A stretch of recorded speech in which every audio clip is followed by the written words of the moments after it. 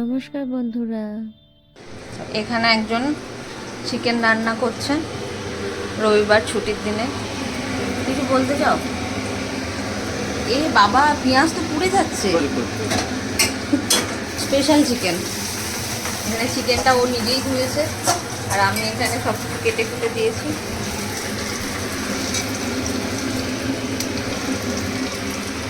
কী যে করছে।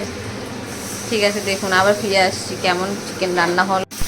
আর এখানে আমি করছি পমফ্রেটের ঝাল। এই আমার উপকরণ। আর আর এই পাশে রান্নি রান্না করছে চিকেন। তো এই আজকের দুপুরের লাঞ্চ আমাদের। এখানে উচ্ছে সেদ্ধ হবে, এই উচ্ছে মাখা হবে। এটা রান্না করেছেন তিনি। মাংস, এটা পমফ্রেট মাছের ঝাল, স্যালাড আর ভাত। চলুন, টাটা।